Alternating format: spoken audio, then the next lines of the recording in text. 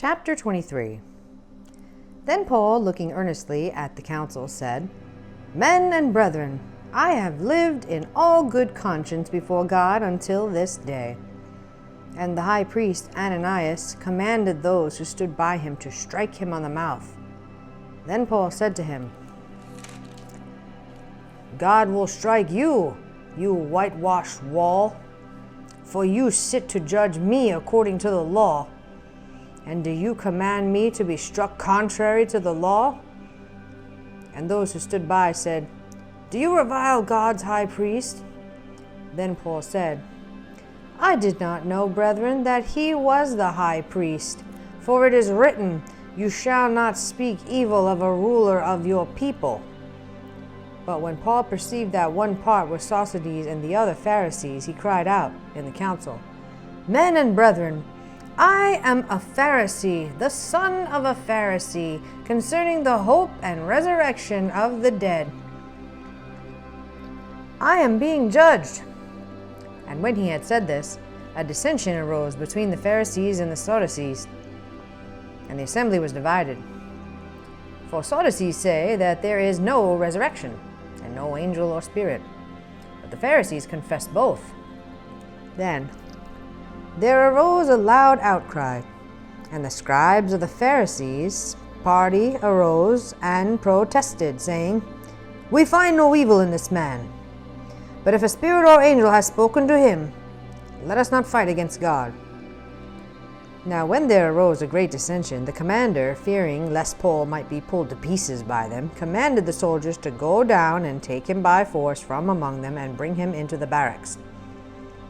But the following night the Lord stood by him and said, Be of good cheer, Paul, for as you have testified for me in Jerusalem, so you must also bear witness at Rome.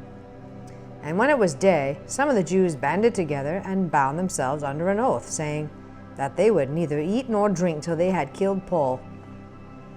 Now there were more than 40 who had formed this conspiracy. They came to the chief priests and elders and said, We have bound ourselves under a great oath, that we will eat nothing until we have killed Paul. Now you, therefore, together with the council, suggest to the commander that he be brought down to you tomorrow, as though you were going to make further inquiries concerning him. But we are ready to kill him before he comes near. So when Paul's sister's son heard of their ambush, he went and entered the barracks and told Paul. Then Paul called one of the centurions to him and said, Take this young man to the commander, for he has something to tell him. So he took him and brought him to the commander and said, Paul the prisoner called me to him and asked me to bring this young man to you. He has something to say to you. Then the commander took him by the hand, went aside, and asked privately, What is it that you have to tell me? And he said, The Jews have agreed to ask that you bring Paul down to the council tomorrow, as though they were going to inquire more fully about him.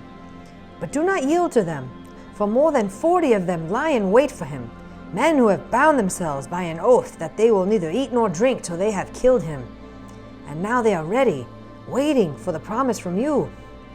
So the commander let the young men depart, and commanded him, Tell no one that you have revealed these things to me. And he called for 2 centurions, saying, Prepare 200 soldiers, 70 horsemen, and 200 spearmen to go to Caesarea at the 3rd hour of the night, and provide mounts to set Paul on, and bring him safely to Felix the governor. He wrote a letter in the following manner, Claudius Lysias, to the most excellent governor Felix, greetings. This man was seized by the Jews and was about to be killed by them.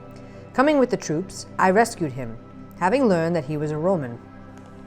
And when I wanted to know the reason they accused him, I brought him before their council. I found out that he was accused concerning questions of their law, but had nothing charged against him, deserving of death or chains. And when it was told me that the Jews lay in wait for the man, I sent him immediately to you, and also commanded his accusers to state before you the charges against him. Farewell. Then the soldiers, as they were commanded, took Paul and brought him by night to Antipatris. The next day they left the horsemen to go on with him, and returned to the barracks. When they came to Caesarea, and had delivered the letter to the governor, they also presented Paul to him. And when the governor had read it, he asked what province he was from. And when he understood that he was from Cilicia, he said, I will hear you when your accusers also have come. And he commanded him to be kept in Herod's praetorium.